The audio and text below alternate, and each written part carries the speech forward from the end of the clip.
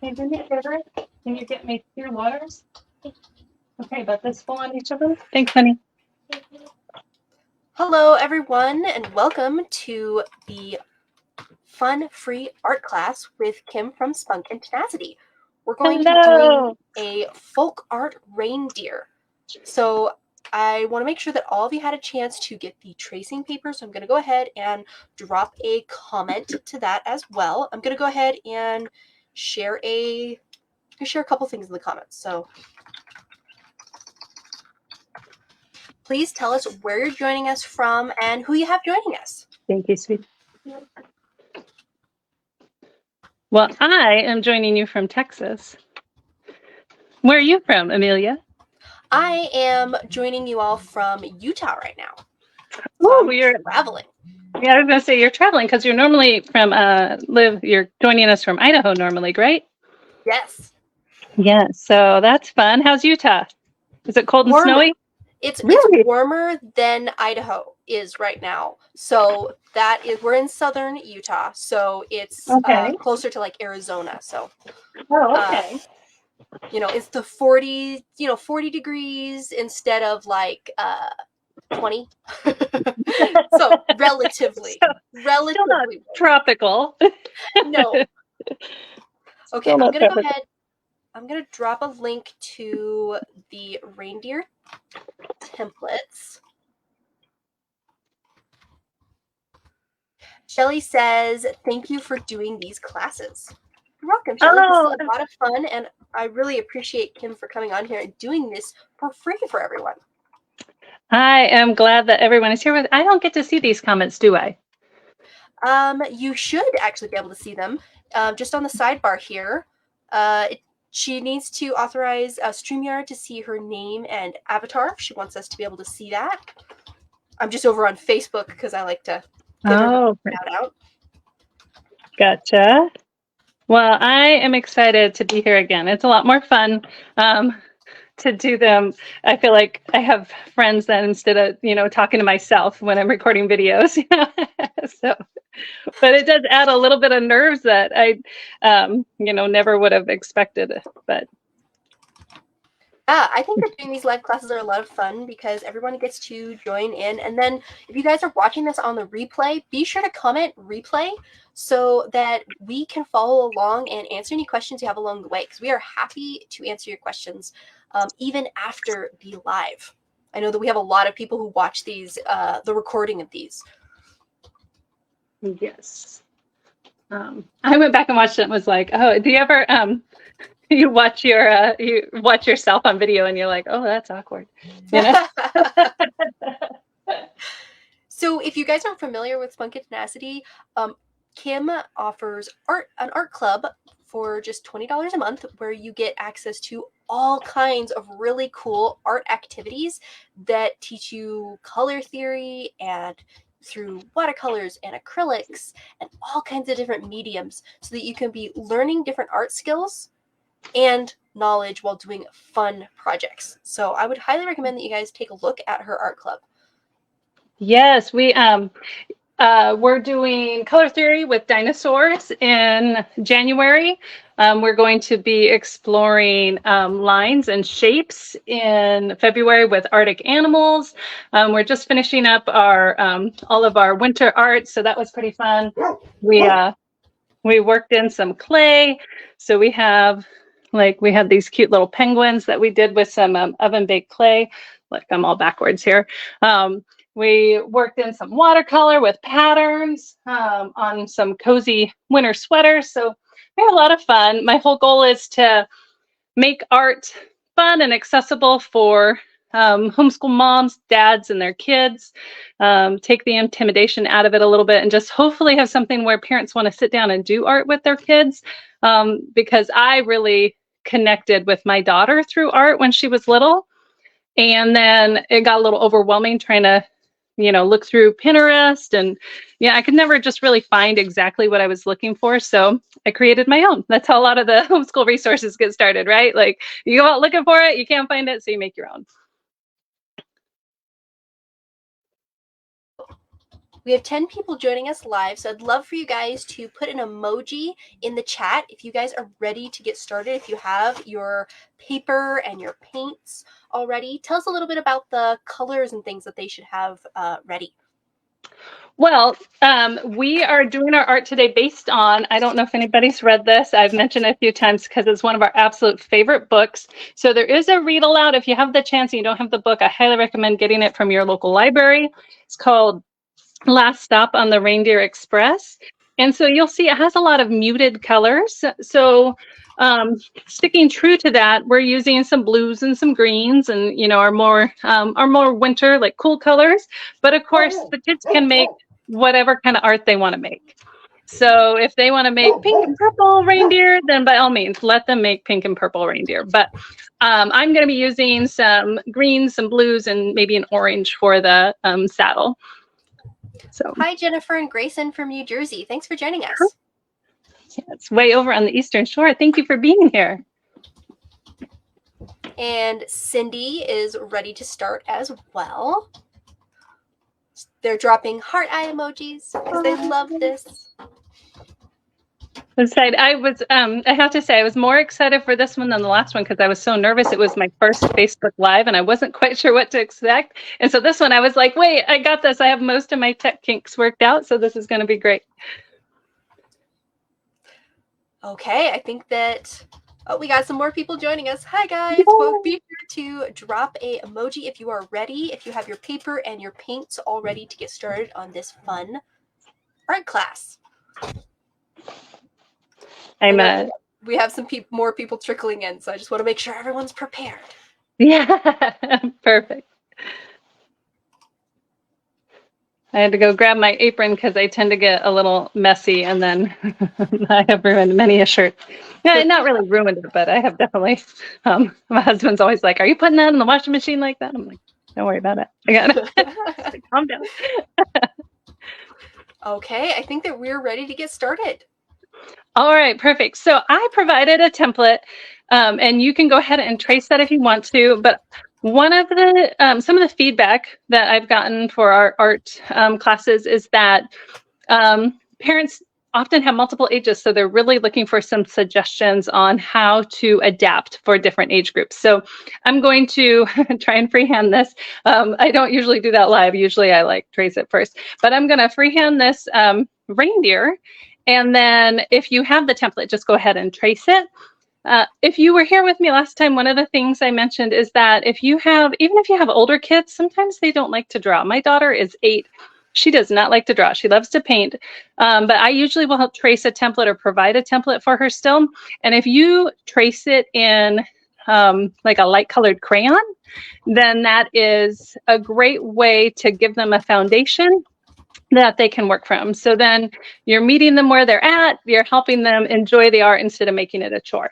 So if you have the template, make the template. The reindeer don't all have to look the same. There's one that's flying, there's one that's looking backwards, and we're gonna make one that's just standing still right in the middle because it's just kind of the easiest way to do it. So whenever I'm drawing my creatures, I always like to start with their head. And now I'm going to start with my reindeer, probably about a hand's width. Now my hand's bigger I'm not sure how many kiddos are on here, if it's mostly parents, but an adult hand size. So that might be 2 kid hand sizes down so that we have room for his big, tall antlers, right? And I am just going to make a little bit of a curved line there for the top of his head. I'm going to come around and I'm going to come down, and he kind of has a long nose, so I'm going to come around like that. And then if his nose ends up looking a little funny, I've got my pencil here so I can, kind of straighten it out a little bit. See, that's why I don't usually freehand. And then once you got him going down there, we're going to bring his neck on down in a curve. So his body ends up being about a hand width, not a full up and down hand, but about a hand width wide from the top of his head down to the bottom of his body. I'm going to come down for his neck, and I might decide that his head's probably not that wide, so I can always come back and adjust it before I paint it. Make it a little skinnier, and I'm going to come down about halfway to his back. And then his back is pretty easy. It just goes straight across. And you'll see his body, we want to make it proportionate. And so his body is going to be about the same length as it was tall. So now I'm going to round his little bum and come down. And I'm going to try and stop even with where I stopped on the front. So as you see, it's a pretty simple reindeer. And then as I come around, I'm going to start making some legs for him. So I'm going to make some really simple, straight, long legs.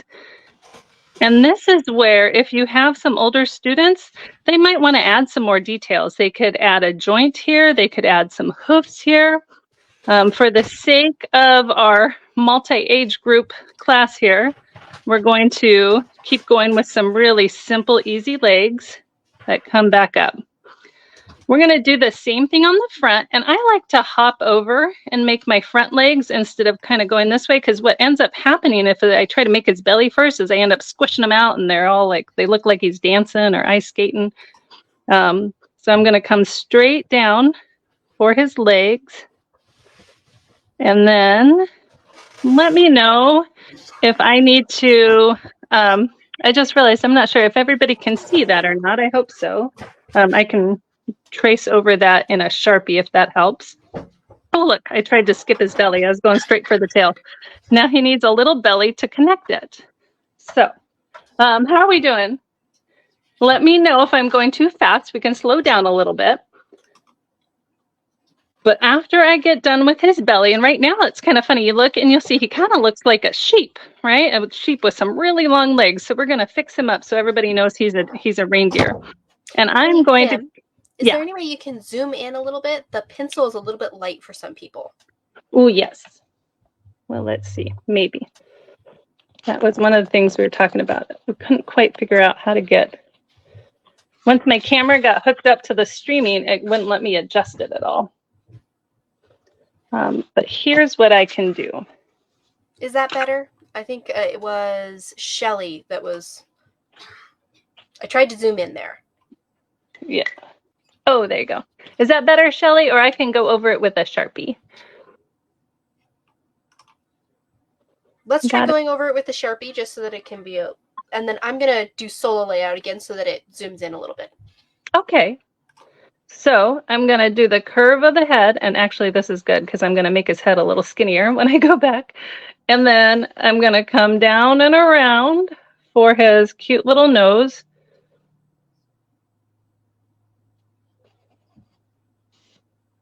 I'm going to come down.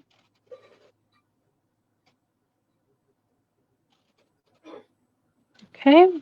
And I'm going to go across. Go down through his bottom. I'm going to give him some long legs. These would be great to put some leg warmers on him. If you were maybe doing him a little bit more, giving him a scarf and a sweater, you could give him some leg warmers too. Okay, so how's that? Can you see that a little better? Yes, that's looking great. Okay. I am going to give him a tail. So you could give him a tail that goes straight out. You can give him a tail that goes straight up. And you don't have to be fancy with his tail here. His tail is just kind of like, almost like a leaf shape. So you do a little bit curved line, bump it at the top, curved line comes back down. Okay. So the antlers can be could get pretty complex if you have an older student and they wanted to do some details there. But for younger students, antlers, we just tell them that antlers kind of look like candy canes attached to each other. So I'm going to do one big long candy cane, and then I'm going to do another candy cane out, and then I'm going to do a backwards candy cane on that side. Oh, actually, that is not what I meant to do, but there we go. And then I'm going to do another one that goes up here. So this candy cane is going to go like this, candy cane like that, and then maybe one more like that. So remember, we're going to end up painting over this. We're using acrylic paints. So this is really just giving us kind of the definition of where we want to paint. So when I want to fill in my antlers, I can come back around like this, and I can come and add the other line like that, and you'll see now it kind of looks like a little antler for a little person to draw. And I'm going to do the same thing over here. And then, I don't know why I gave him a backwards antler, but there you go. Maybe he grew that way. I'm going to give him a little eye like that, a little nose, a little mouth. And there's our little reindeer.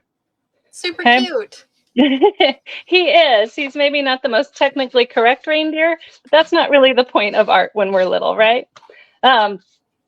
And I also think that it's really important when we do art with our kids that we don't necessarily do masterpieces. You know, you want to make it something that they think, oh, I could do that, or they could see the resemblance in what they're doing, especially when they're smaller. We're going to give him a hill. He needs a horizon line. He's not one of Santa's reindeer, so he is not floating around. So I'm going to do my horizon line like here. I'm going to hop over his legs. I'm going to come over to the back leg and hop over. And then like that. There's no right or wrong way to do that.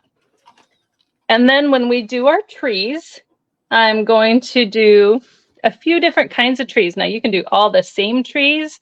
You know, kids really like the Christmas tree style this time of year. And so that's a really simple like triangle up at the top. And then you can just come in and go back like this, and it zigzags out all the way down until you get to where you want the bottom to be. It comes straight over. You make your line on the other side, and then I like to go back up. If I try to do it from the bottom, my zigzags do not ever turn out right.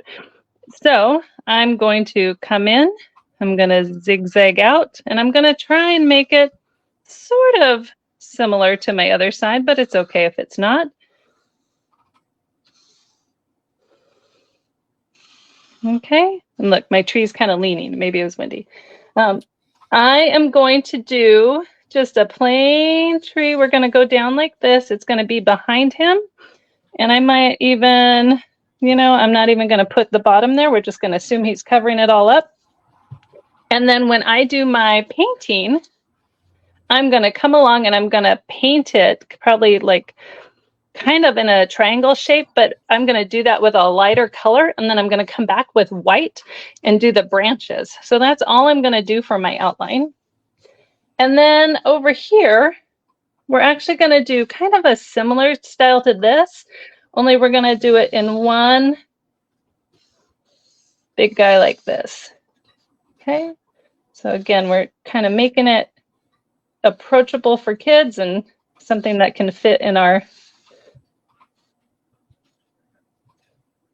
little live class here. Okay, and that's all we're going to do for our outlining, and then we get out our paint. So I find that with the younger kids, the quicker you can do the outlining and move to the painting, the more you can keep their attention, because the kids, they want to get to the paint, right? Because it's messy and fun, and it's less intimidating, I think, than drawing can be for little kids. One of the things we talk about often is if you want to really relate to how hard it is for your kids to control their pencil or control their brushes, use your non-dominant hand. Like try to draw an entire picture with your non-dominant hand. It would be just cluttered up, you know. I would not even be able to draw like a kindergartner. So it helps us kind of put ourselves in their shoes and think about how do we make this fun for them. And the best way is to do your outlines and then move away from that straight into the painting, because the painting is really where the magic is for the kids. So having said that, we are going to paint our reindeer first because we're going to be adding a saddle onto him. And we want to be able to come back and do that after our paint's dried a little bit. So if you want to, you can choose, oops, I forgot. Let's see, there it is. I like to have kids scoop up some white. So you'll see on my color palette, let me back up a step there. I'm getting ahead of myself. You could use like a paint tray. You can put them all out on, we use a lot of, it's not really environmentally friendly, but we do use a lot of paper plates to put our art or our paint out on, or even like a plastic plate that you've dedicated to your paint. And then we have kids just scoop it up and then grab their other paint. And that's really, when you give them permission to mix the paints, because we spend a lot of our time going, don't make that brown, don't mix your paints. But when you give them permission to mix their paints, it really encourages them to be more creative. So I'm going to scoop up my white and I'm going to scoop up some blue, and my reindeer is going to be a shade of blue. So I am going to come here with both. I've double loaded my brush. That's what it's called. So I have both paints right here, and I'm going to go along and I'm going to start painting my reindeer. And I am purposely painting him towards the back because that's where his big red saddle is going to be. And so I want that to be as dry as possible. Now I am going to just scoop along and pull it down. I go careful around the edges, but I am trying to cover over my lines. So if they want to just color right over the lines, that's pretty awesome when you're a kid and somebody says, go ahead, color over the lines. And then I'm going to go back, scoop up some more when my brush dries out. And then it's kind of fun because it gives him a little bit of different color. I'm going to work that in, because if you go out and look at animals in real life, they're not going to be all one shade, right? So I'm going to go careful all the way down. And then we won't be able to do this today. I don't think it'll be quite dry enough. We won't have time. But if you do have a little bit older kids, they can go back and add some of those folk art details onto their reindeer, or even add, you know, like some white to add some implied texture for the little fur on him or her. I guess it's a little boy reindeer. He's got antlers. I should say I don't really know enough about caribou to know. I don't think the ladies have antlers, but I'm not sure. Maybe somebody could tell me. Maybe there's a reindeer aficionado in the group that can tell me if the female reindeers have antlers as well. Okay, so once I've gone careful down his legs, sometimes I get to talk and I start moving a little too slow. And why I'm going a little bit more careful around here, because I'm going to give him a white scruff. Now, you might not want to do that. Kids might not want to do that, but I'm going to paint like white right through here. So I'm leaving that white so I can paint that. I'm going to go down through its legs, scoop up a little blue so it's a little bit more close in color. And I'm just going to mix it right here on my paper. So that yes, is both male and female reindeer do have antlers. Well, there you go. This could be a little girl reindeer, or this could be a lady reindeer then, huh? So my daughter is convinced that if you give any sort of creature eyelashes, that automatically means it's a girl. And that's how she differentiates her artwork. So you could ask your kids, do you think that's a female or a male reindeer? And then if they think it's female, suggest they give it antler or give it eyelashes, and decide if they think now it looks more like a female. I'm not quite sure why, but that's her. She's convinced. All right, so you see, I went kind of careful right around there. And now, so here's something, kids. When you wash off your brush, you want to tap it on the bottom. If you're trying to change colors, you scoot it around in there really well. But then don't click it, which is kind of a habit that I had to break. I used to do that. You can roll it, or you can just go like this and pull it off nice so that you don't flick any water, or any paint, I should say, on your art, or your brother's art, or your mom's art, the kitchen table. Okay, so now I'm going down, and there's a little bit of blue in this, which is great. I didn't want it to be just like a pure white. I just wanted it to be lighter than the rest of my reindeer. So I'm going down with my light blue reindeer. And he is almost done. Share in the comments what color you're making your reindeer. Yeah. And if they have a name. There you go. Perfect. Kim, what would you name your reindeer? Gosh, I would probably not be very creative and name it something like Sven. Straight out of Frozen. That's the extent of my experience with reindeer. And do you see what I missed? I don't know. Look, kids, do you see what I missed? I missed his tail. I'm gonna have to decide before the class is over if I have a boy or a girl, so I can make sure it's not confused. All right. There we go. All right. Now it's got a tail. Okay, having done that, now I'm going to move on to my trees because I want to add some ornaments to my trees. So if I had all the time in the world and I was going to paint this in a couple different sessions, I might do this a little bit more organized and go like top to bottom or side to side so that I'm not worrying about where I'm going to put my hand, because that's something when you jump around, you got to be careful where you put your hand so you don't get paint all over you and smudge your artwork. So I'm going to be careful today because I'm trying to get my paint to dry a little bit more strategically than normal. So I want to show you something that's kind of fun here. If you want your paint to be a little bit darker, you use, you might not know this, you can add in just a little bit of its complementary color. So if you know that color wheel, you know that red and green, and I always can remember them because they're Christmas colors, they're complementary colors. And so if you add just a little tiny bit, you don't want a whole bunch, but add just a scoop of your red in here, and then grab your green. So I double loaded again, and then watch, it's going to come out to a darker green. So if you look at your color wheel and just find the color that's opposite of it, then you can get a darker shade of the color that you're trying to paint with.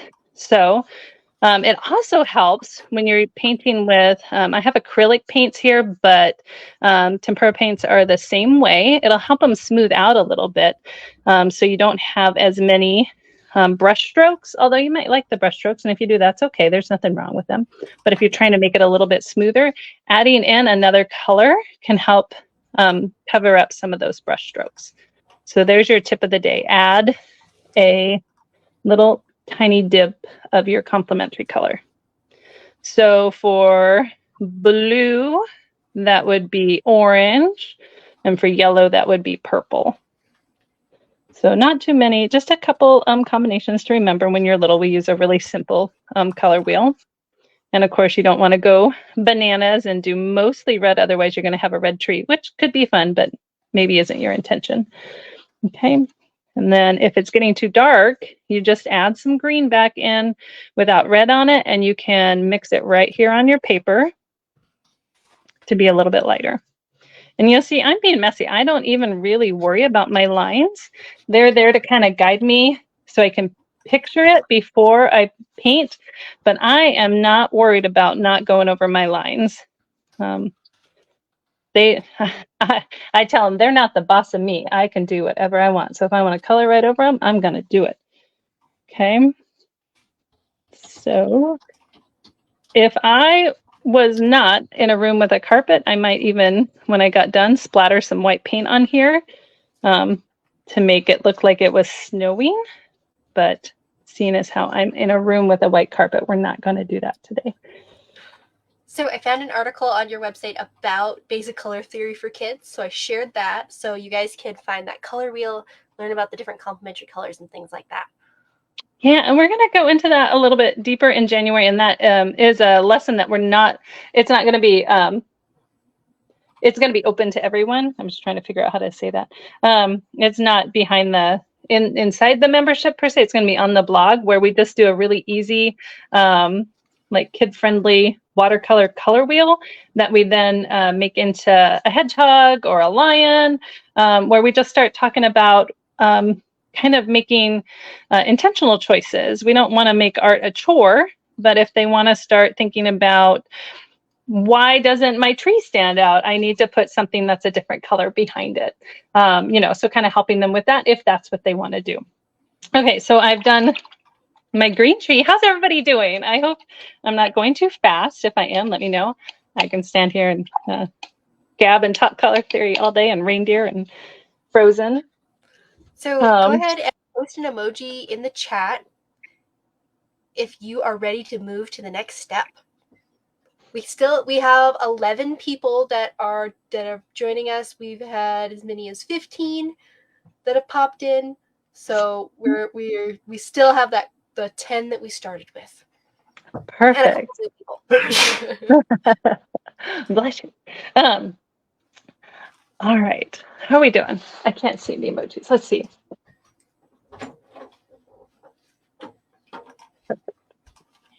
Right.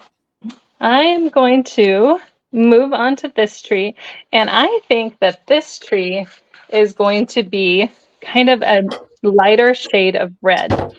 So I'm going to actually mix my red and my orange together. So I'm going to scoop it up and scoop up some orange, and I'm going to go over here and do like this.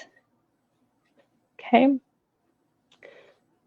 And I like to go back sometimes and outline my artwork so it doesn't bother me that it's showing through.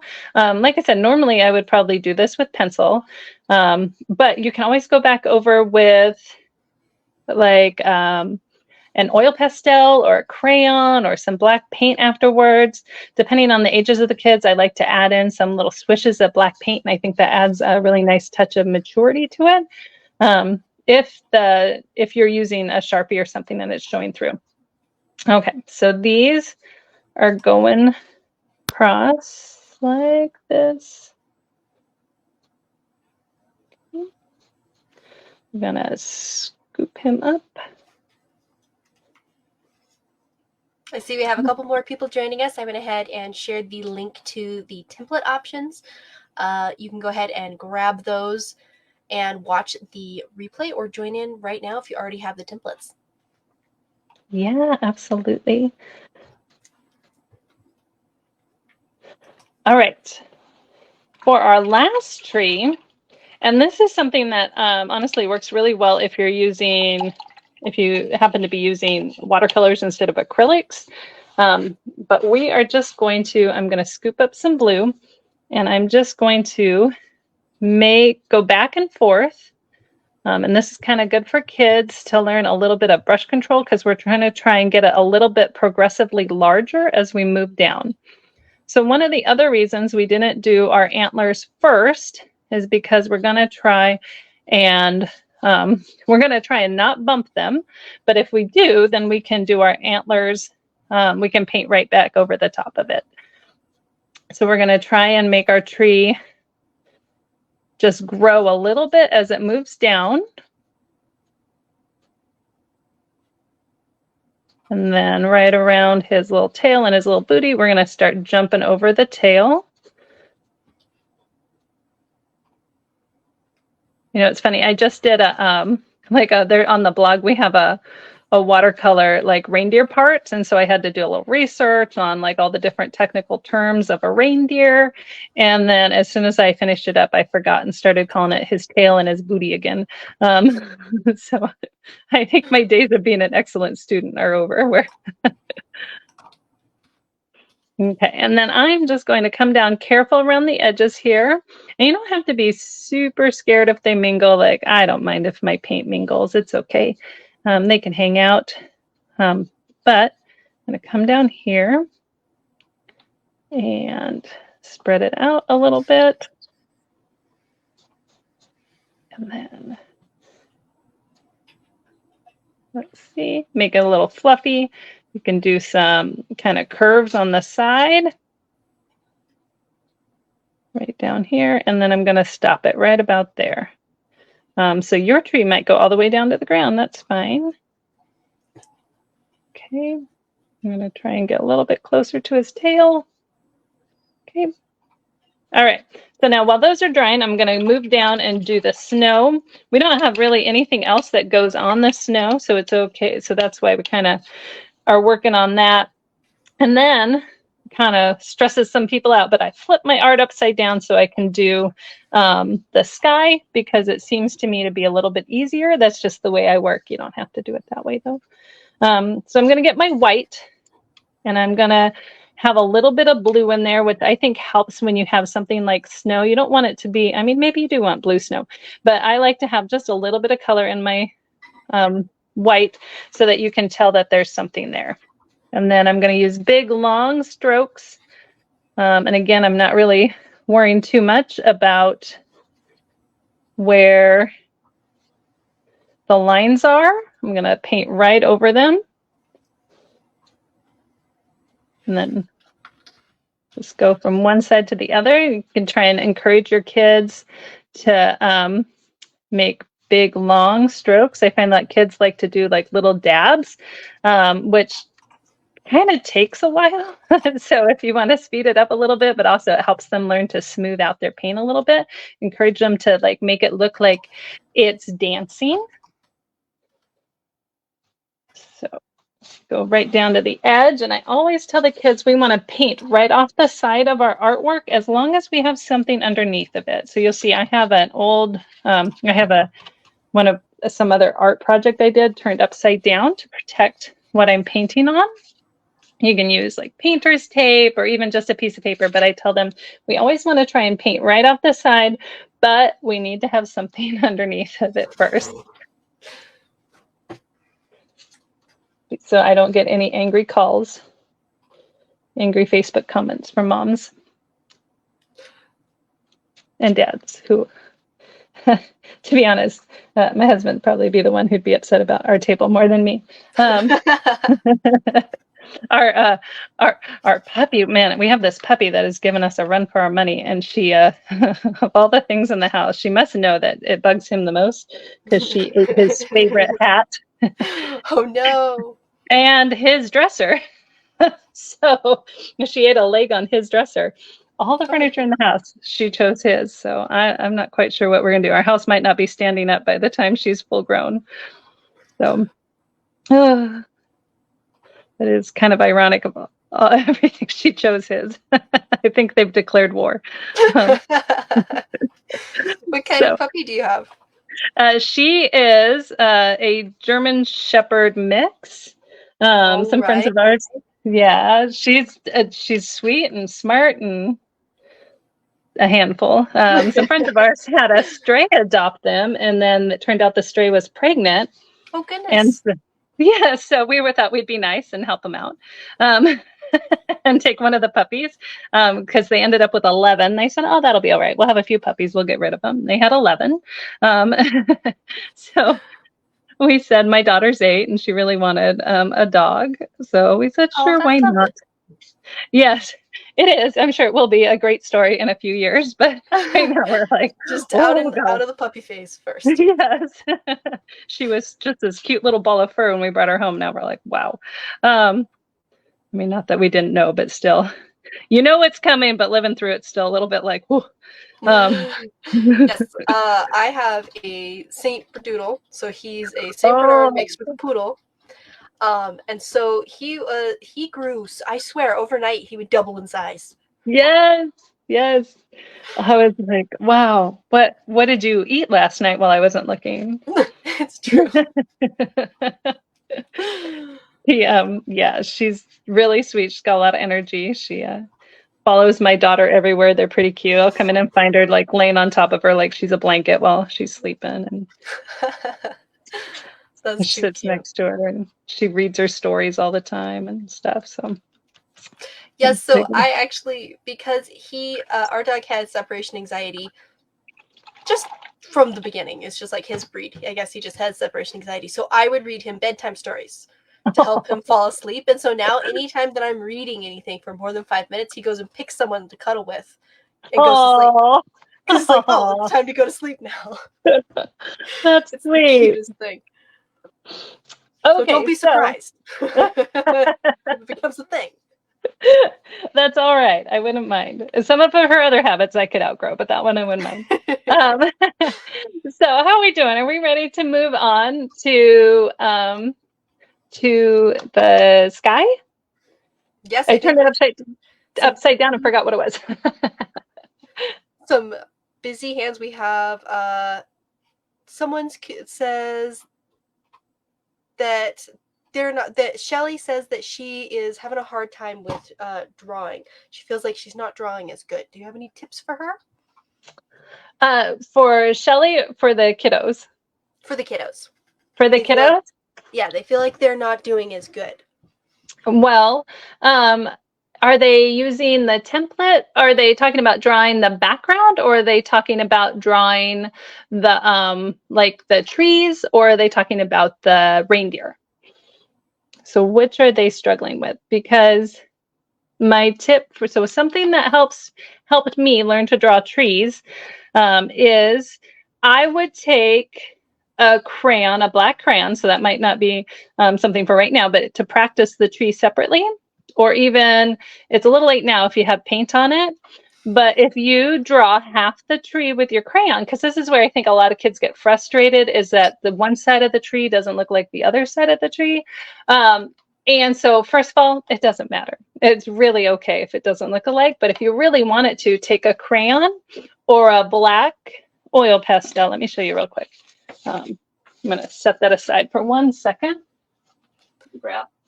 She says that she's struggling with the reindeer and the trees, so she just wants some tips for how to make it look better. And I want to encourage you that all art is supposed to be fun.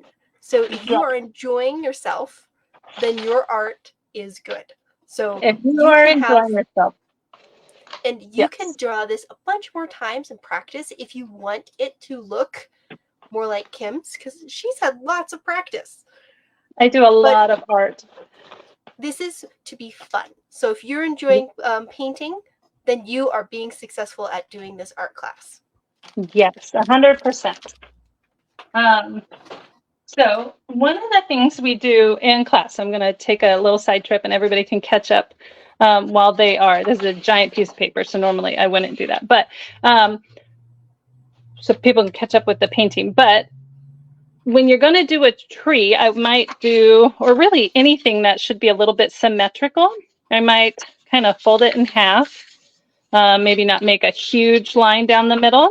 And so this is something you can try another time, but I'm going to go like this. I have just a crayon or an oil pastel, and I'm only going to do half my tree. So like I might go like this and then go straight down. And then watch this. If you fold it over and you go like this and you rub it on the back,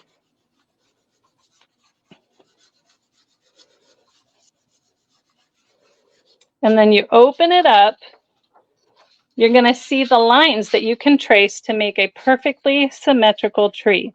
So you could start practicing making some symmetrical things that way. Of course, I was talking, so I made my tree a little too skinny. He's kind of a funny little tree that way, but you kind of get the idea. You can make it a, you know, make your lines out here. So there's that. That's one thing where you start learning how to draw symmetrical. You can give yourself the lines. So it's just some practice there. So that's one option. The other thing I like to do is sometimes our mind plays tricks on us. And so it tries to draw the whole tree. And that's really a lot. It's hard. If you start looking at, do you see what these look like? These look like dinosaur teeth. They look like triangles. They look like mountains. So if you kind of turn it sideways, like your painting doesn't have to stay just this way, turn it sideways and think of it like a shape. So those are triangles. So I just draw a little, so that's 2 lines. Like when I think of a tree, like, oh, that's kind of a lot. That's a whole bunch of lines, right? But if I think I'm just going to make 2 lines, and then I'm going to make 2 more lines and 2 more, and then look, there's half my tree. So if you start thinking about your, whatever it is you're trying to make as just some individual shapes, it really comes together a little bit better. But also it is a lot of practice, and it's a lot of like just having fun with it. Like Amelia said, art is meant to be fun. I do a lot of art, and I gotta tell you, I practiced this reindeer a couple times before I got online.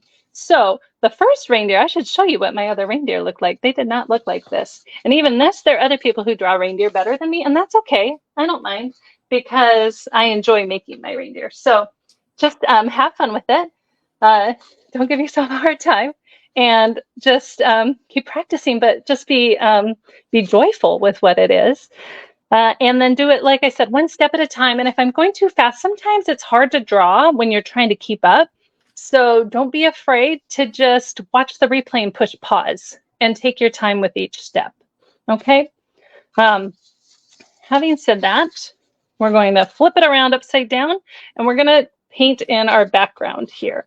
So my background is going to be, so I hope that helped. My background is going to be, I'm going to try and make it, I was going to make it this blue color and then I realized that is not going to work. I'm going to make it maybe this, maybe it's a night sky. So I'm going to paint in some blue and I'm going to come up right next to my trees. And I'm going to start coming down, grab a little white, because remember I said if we add a little white, it helps to smooth it out. So do you see how over here, you can kind of see the paper through it, but as soon as I added some white, you really can't. It's kind of amazing. I love mixing paint. I'm kind of a rebel. I hate, look, I turned my paper upside down. I still started at the top. That's what happens when I'm talking.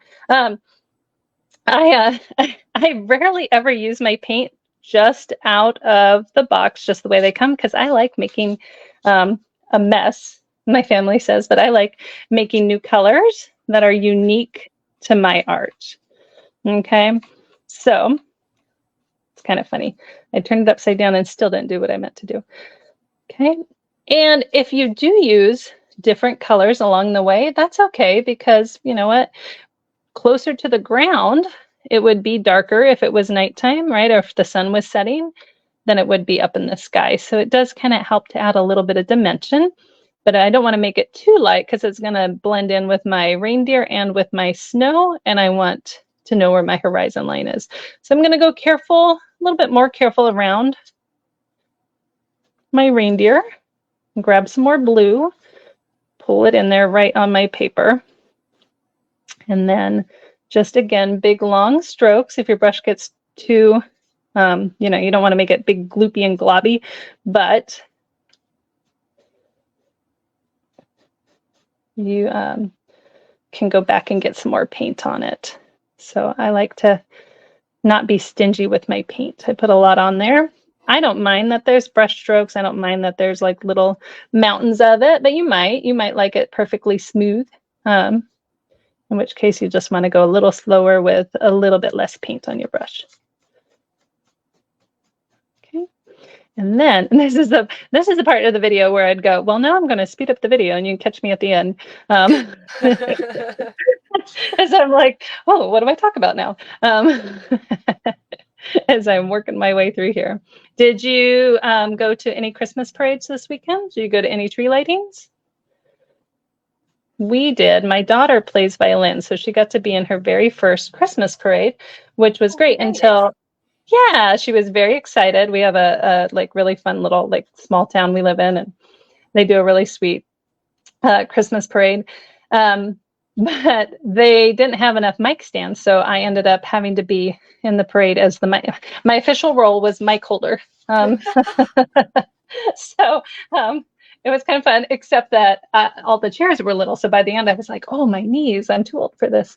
I'm too old to be a very short mic stand. But yeah, so that was a lot of fun. And then we still have not gotten, our tree is up, but we don't have ornaments on it yet. We're supposed to do that tonight, but pretty soon it's going to be Christmas. And we'll be like, well, I don't know. We just did a class yesterday on Christmas traditions all around the world. And it was a trivia class, so we had to guess which of the Christmas traditions were true or false. And surprisingly, it was very hard to guess which ones were true and false because there is some very interesting Christmas traditions from all around the world. Yes, there are. I love learning about how, like, we just don't even think about it, right? Like, this is how we grow up and this is what we do. And then to realize other people do something similar, but in a really unique way. And you go, oh, well, that's pretty cool. And then finding out how they, you know, came to be. It's pretty, I love social studies. We were trying to we were not very successful, but we found a recipe online. You know, Pinterest, you can find anything, right? And so we found a recipe for some cinnamon applesauce ornaments, and the house smelled great, but the ornaments did not turn out well. So But that's we half might the try that fun, is again. making Right. it, right? Making a mess. Yes. All right, I'm gonna Making remember memories. not to paint my tree trunk. Okay, so I'm going to go careful around the edges.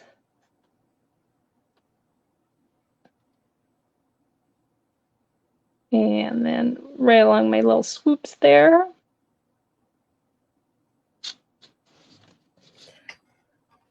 And then... Hi, Jenna. Jenna says that her 3-year-old loves your reindeer and says the whole picture is beautiful. Oh, yay! That is my favorite kind of critic.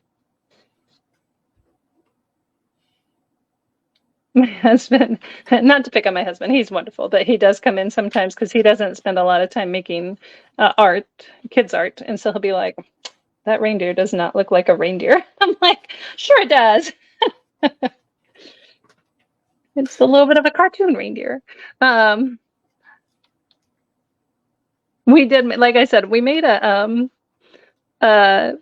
watercolor reindeer, which actually looked a lot more like a routine reindeer. So right around the antlers, I'm trying to be a little bit more careful. I'm going to come back with brown or even a gray. I didn't bring my black out. Otherwise, I might make them gray because I think that would go really well. But I'm going to try and be careful. But it's okay if you paint over your It antlers. sure is. You can just paint right on top of the sky and add your antlers back in. Yeah. So one of the things we've been talking a lot about, so some of the feedback, because I've been asking, how do I better serve the homeschool community? My goal is to make art fun and approachable and not stressful because we have so many things on our plates as homeschool parents, right? So my feedback when we were talking about this was that homeschool parents really want to add art, but they don't always know how to do it, or it just doesn't seem engaging for them and their kids. And one of the things they talk about, like I mentioned, was how do we make this, I've got 4 kids in elementary school, like how do I make this project something that all of them are going to enjoy? So for your littlest kids, or even like your, really whoever is interested in doing it that way, but I would think pre-K, kinder, first, a lot of times what I encourage parents to do is take a separate piece of paper, paint the reindeer on that, and cut it out. Stick it on a background. We did that with one of our, we have a cozy sweater like pattern project. And so we cut it out and we put it on a plain piece of paper. Like that took them long enough that we put it on a plain piece of construction paper. And so you might do that. Maybe that's all the attention span or interest they have. So you do that, just that piece.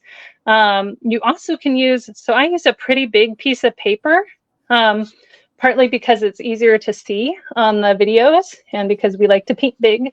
But maybe that's really intimidating for whoever your student is. So use a smaller piece of paper, so it doesn't take them as long. There's not as much ground to cover. So those are a couple easy ways to make it easy, more adaptable for the younger crowd. Or even print out the template on cardstock and just let them, paint that. So you don't even have to have them draw anything. And then you can adapt that as you go for the older students. We talk about adding more details. So they might add fur, they might add, joints, they might add hooves. They might put some animals in the trees. Maybe it's a winter fox or an owl or something, so they could go into better detail on the background. So there's some easy ways to make it fun for the whole family. If you have the right siblings, we do have some, we talk about doing collaborative art projects, but you really have to have the right siblings who won't get upset. It just kind of depends on your dynamics in the house, where you could have like the kiddo, your youngest, do the reindeer on a separate piece of paper and have your older kids do the background in a little bit more detail, and then they add it together, and then you have a piece of family art. We're doing this giant dinosaur mural right now where we did like fossils in the ground out of clay, and we did it above and below. And so like the younger kids are doing the dinosaurs, and then that are getting cut out and added to it, and the older kids are doing the background. So there's just a lot of ways to make it fit your family's dynamics. Okay, I'm gonna go right in here in between. Hi, Ashley. Thanks for joining us. Hi, Ashley. Okay. I'm not actually sure if I helped at all turning it upside down, but it is kind of fun for kids sometimes to get, they don't always think about being able to turn it upside down, and it helps them with some of those drawing, the challenges where they start seeing their art more as like a shape. And then it helps them sometimes find those shapes to make their drawings a little bit more what they had intended in their minds.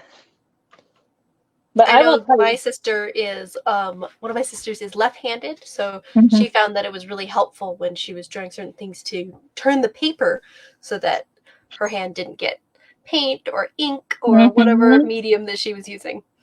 Yes. And I think I mentioned a couple times for my daughter, you know, thinking about like what, you know, Shelley's kiddo that, you know, might get a little frustrated if it's not exactly how they look. She has me draw like everything I did in Sharpie. I would probably do that for her because she cannot get past it. She gets really frustrated because she has an idea in her head. And, you know, that's something we're working on, you know, being like, it's okay if it doesn't turn out the way we intended it to, as long as we're enjoying ourselves. But then it comes back to that, like, she's not necessarily enjoying herself at that point. So that's just something we're working on. So Ashley says that her daughter has been following along the whole time. She just didn't know she needed to press enter to send her emoji to let you know that she was still following along. Oh, good. I'm so glad. I cannot wait to see these. I hope everybody shares pictures so we can ooh and ah over them. Yes, like the cozy bear art class. I loved seeing everyone's work. Yes.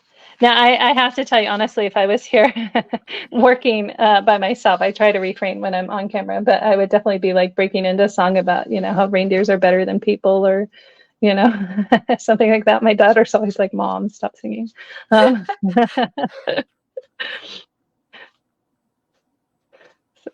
right, we are almost finished with our background. How are we doing on time, Amelia? I have no idea what time it is. We have probably about 15 to 20 minutes left. Oh, perfect. We're going to be just right. Okay.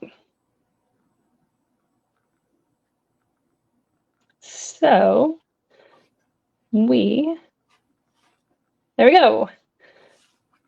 All right. So you might notice, anybody noticed what we still need to paint?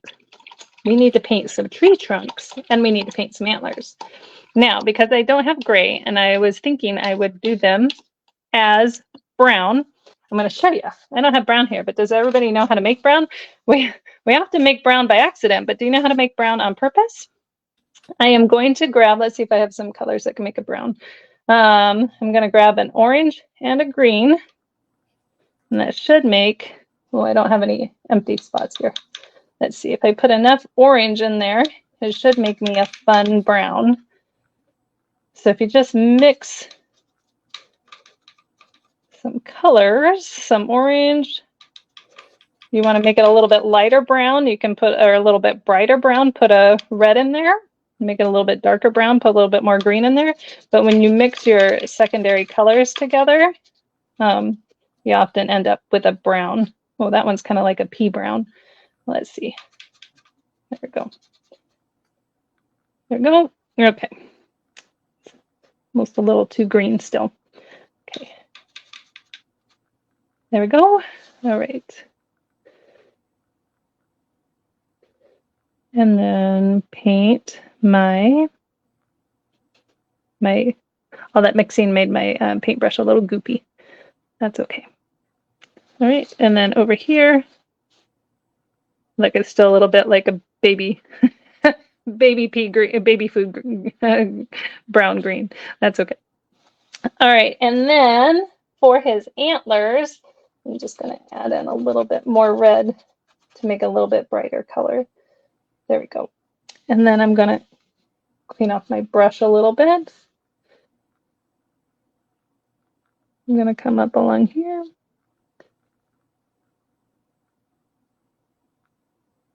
I've heard, very unfortunately, we're not allowed to play music on our Facebook Lives. Otherwise, I would have probably, if we were in studio, I'd have, Christmas music playing in the background and be chatting and having a good time, but all those copyright laws.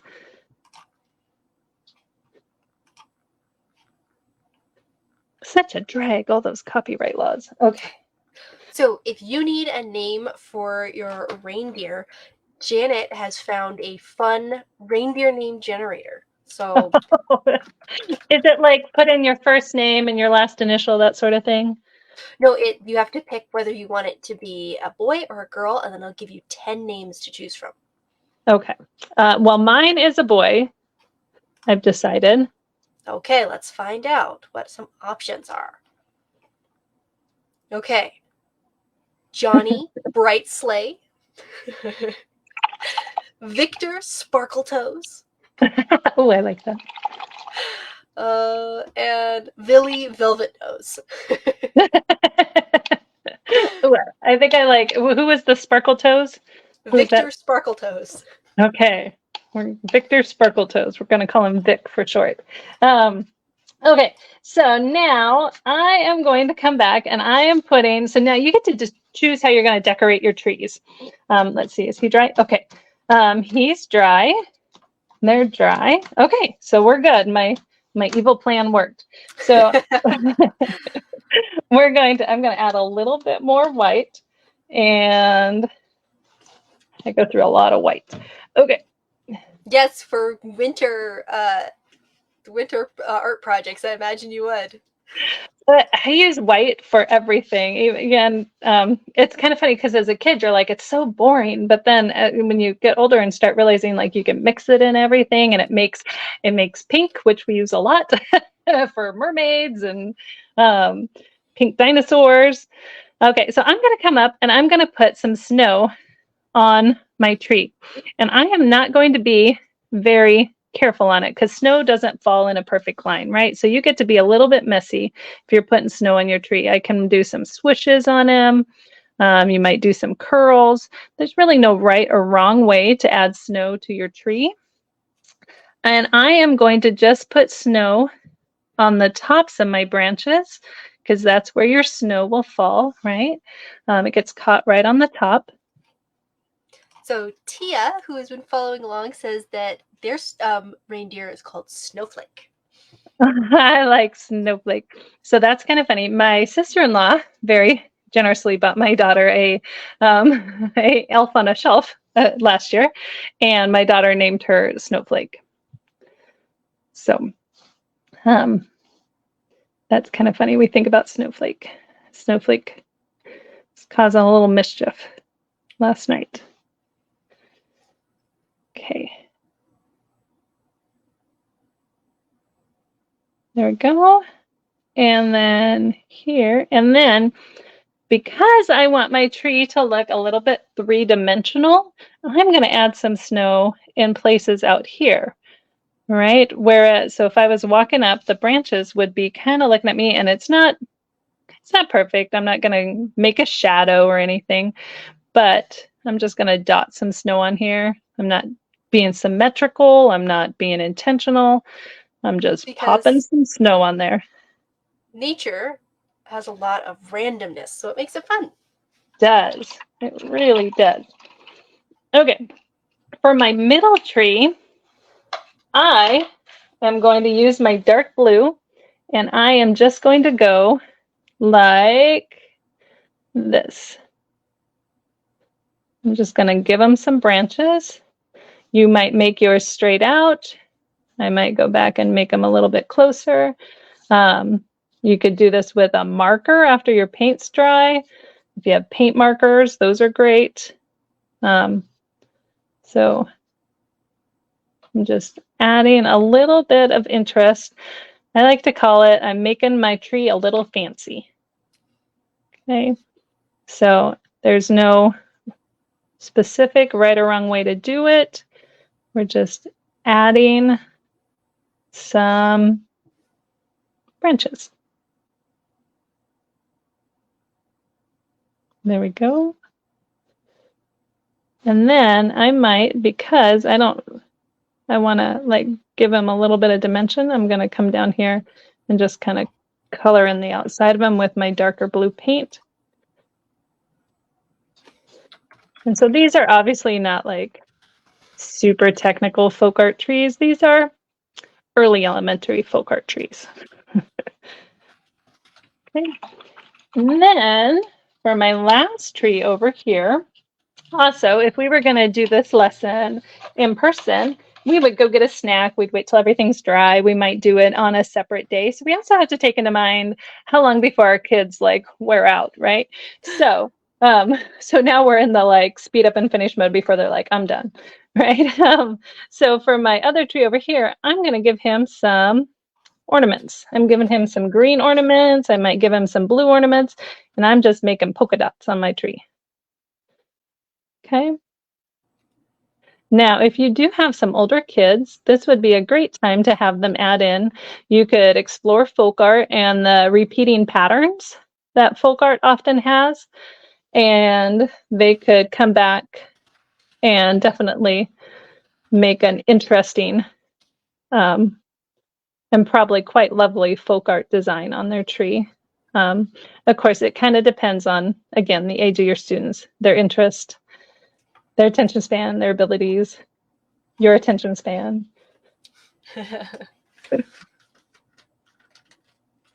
Okay.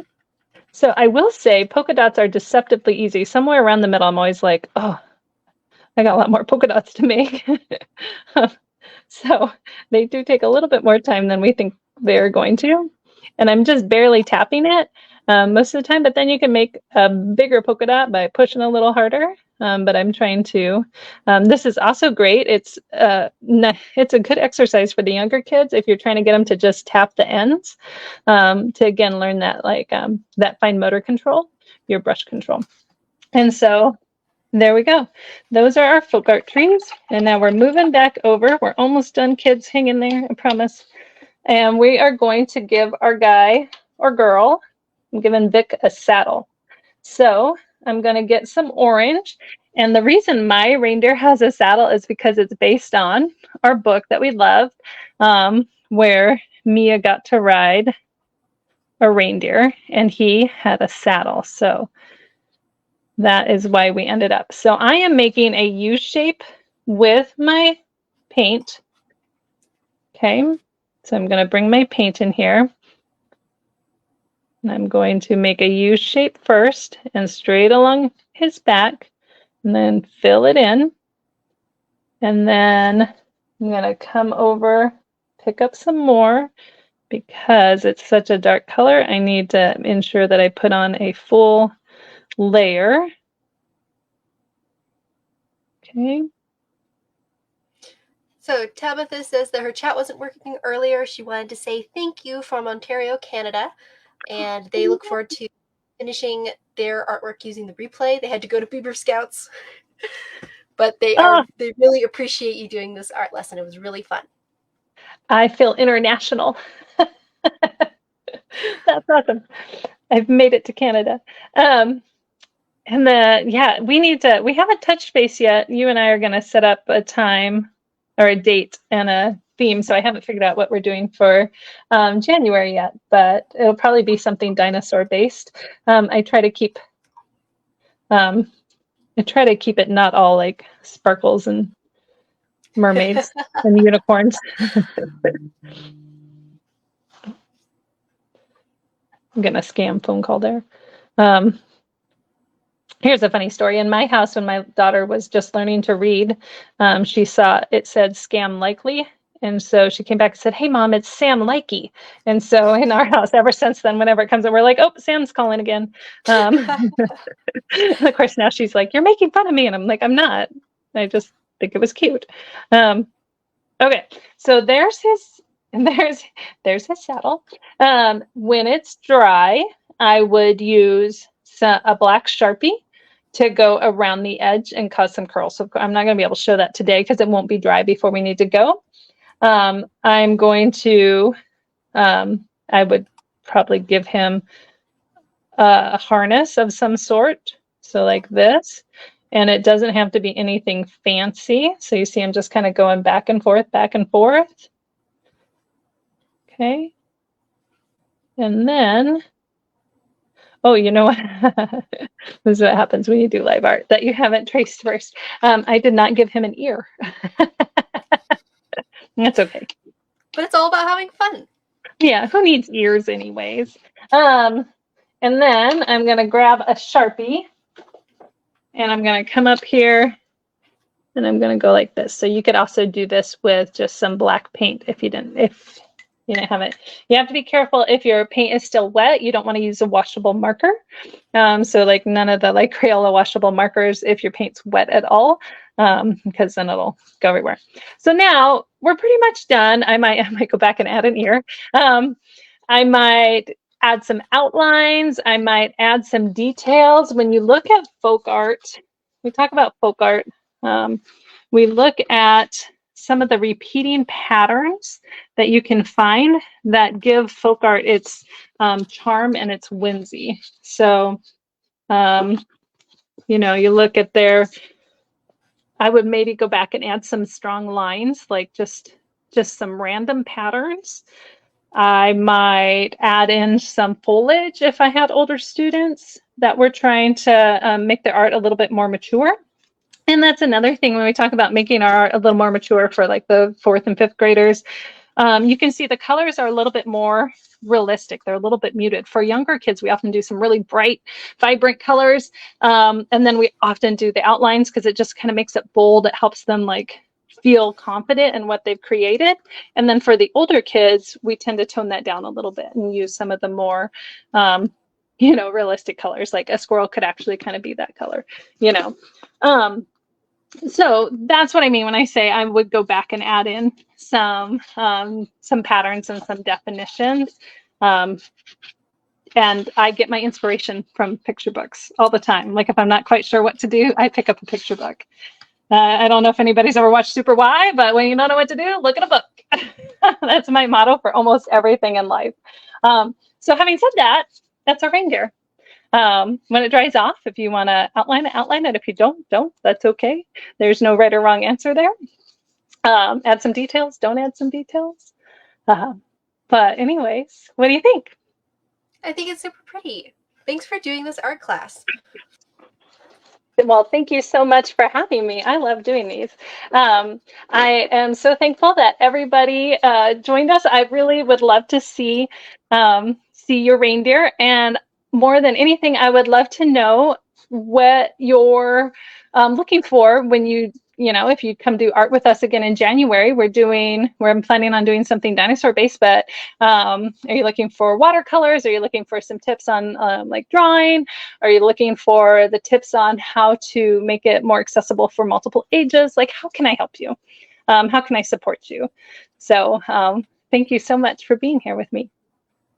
Thank you so much, Kim, for doing this art class. It was a lot of fun, and I'm looking forward to seeing all of your artwork as well. So be sure to post that in the group and tag Kim or me, I'm Amelia DeField, and so that I can make sure that Kim can see it. Yes, absolutely. Bye. So, bye.